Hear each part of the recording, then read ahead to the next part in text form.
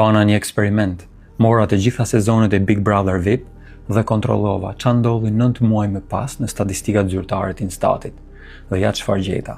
9 muaj pas çdo edicioni të Big Brother kemi një boom lindjesh në shtator, tetor, nëntor.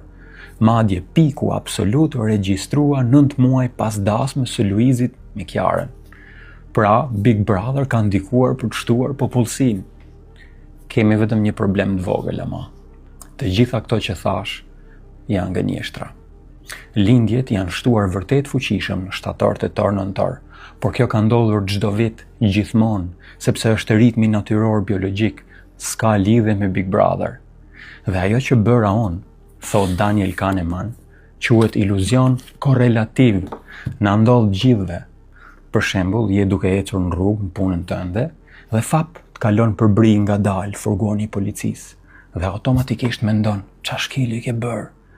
Pastaj kujtosh se i vetmi krim që ke bërë asaj dite është se ke veshur xhinset e vllajt, edhe çorapet.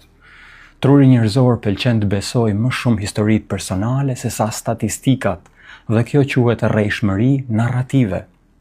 Nëse je duke folur me burrin dhe të bie smartphone-in tokë, të thyhet xhami, nuk të ka bërë magji fjerakja. Është event statistikor që ndodh.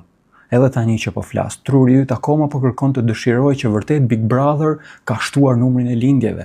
Gabimet kognitive, rrejshmëritë, iluzionet logjike janë debolesa, janë drasa mangut që i kemi gjithë, sepse truri ynë nuk është krijuar për të lexuar kompleksitetin e botës moderne. Është krijuar për të pyetur ku janë pjeshkat, hajde shkojmë te pjeshkat. Dhe çfarë tani na mbetet për të bërë në këtë situatë? Albert Camus ka një shprehje ku thotë, intelektuali është dikush që vëzhgon mendjen e tij, që do të thotë se mendja jonë në situatat e caktuara është një fabrik falli. Pranimi se të gjithë kemi drasa mangut dhe mund të mashtrohemi sistematikisht nga mendja jonë është fillimi i inteligjencës. Dhe herës tjetër, përpara se të shkosh të një fallxhore, lexo këtë fillimisht, sepse këtu do gjesh shumë prej kurtheve që na ngre mendja jonë. Dhe ka një arsye pse është vlerësuar me çmim Nobel.